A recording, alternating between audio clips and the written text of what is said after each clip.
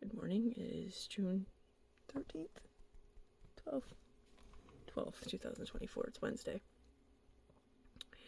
This is my second chance at this because there was a trash truck and I just went off on a tangent that I wasn't very proud of.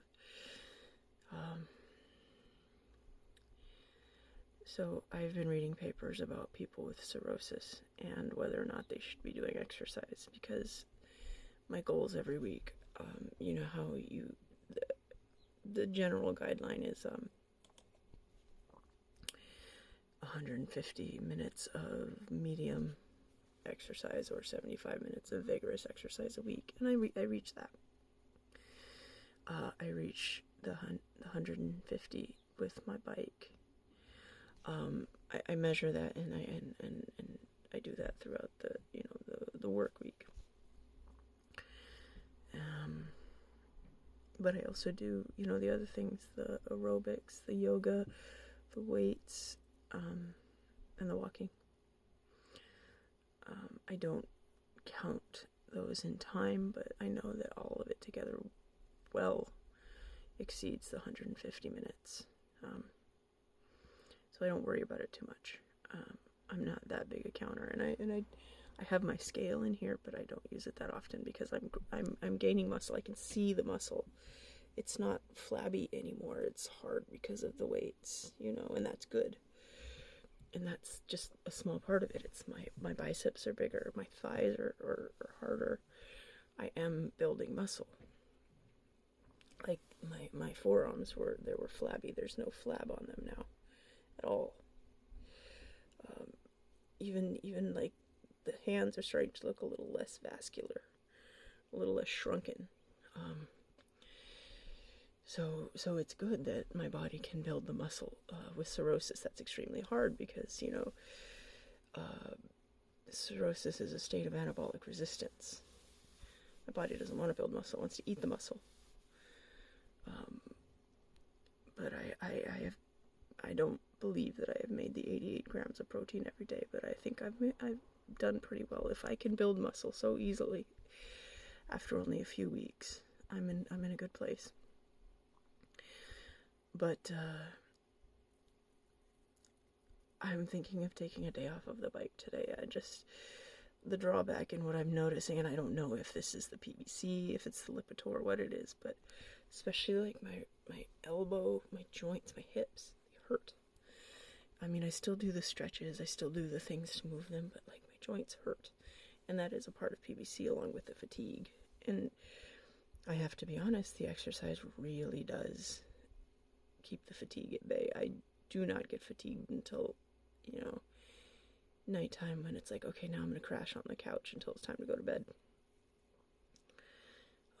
Which is great. I don't feel fatigued right now. I don't feel fatigued during the day. I don't feel fatigue at any point because I'm keeping up with the exercise.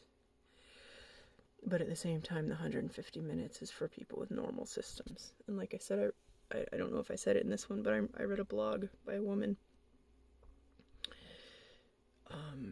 who, after a certain point in her cirrhosis, doctors told her to stop exercising because all she was doing was making more varices.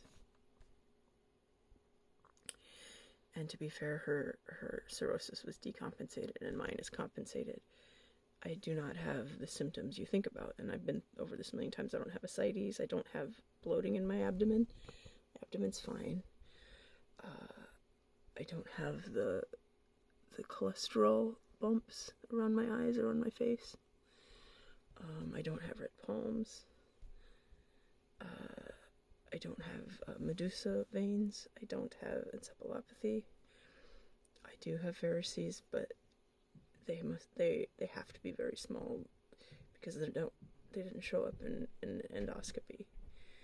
So, and with the Carvedilol, every doctor keeps assuring me like the risk of them bursting is tiny. And anyway, ascites usually happen before variceal bleeds.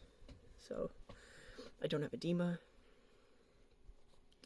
So although I do have portal hypertension, I do have a sort of late stage of compensated cirrhosis. I'm still technically compensated. So the exercise is mostly to keep compensated, because if I can build muscle That means I'm not consuming it. That means that my liver is at least working enough to be able to process what I put in.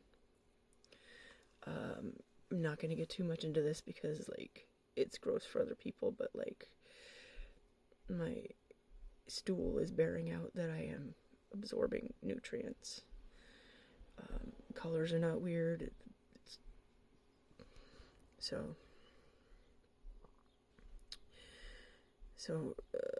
despite all the times I've been glutened recently, I think the food thing might be a little under control for now. It's always going to have to be something I'm working on, though. I always have to tweak and fix and adjust.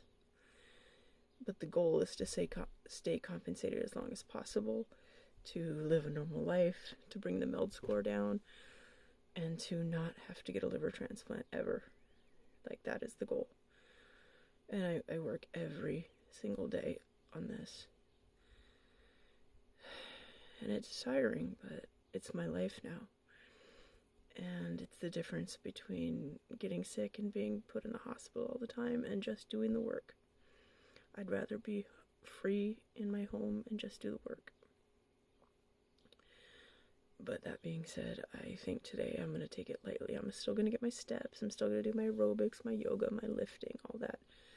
But I think I'm going to let myself have some time off. I don't need the full 150 minutes. I just need to do it every day. And it's okay to give myself, because I'm just so tired. I hurt. I've slept through the night the last 2 nights, and that's great. And I think part of that is because I've had hamburgers for dinner, and that's just like this huge injection of blood iron protein that I need.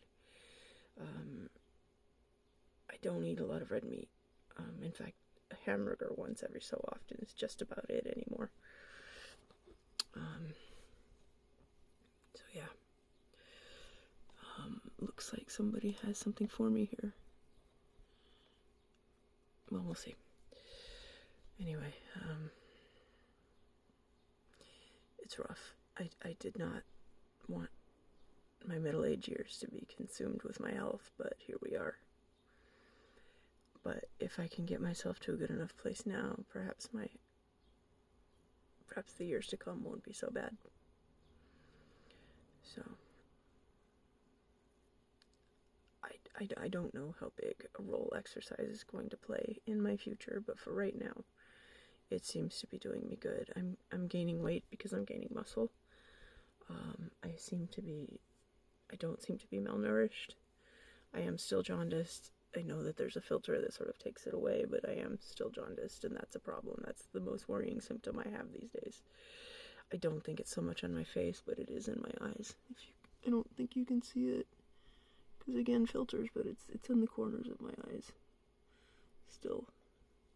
And there's a lot of it on my torso and on my arm, but again, filters. It makes me look more pink than I really am. Face is accurate. So I think I'll leave it there. Thank you for watching, and I will talk to you soon.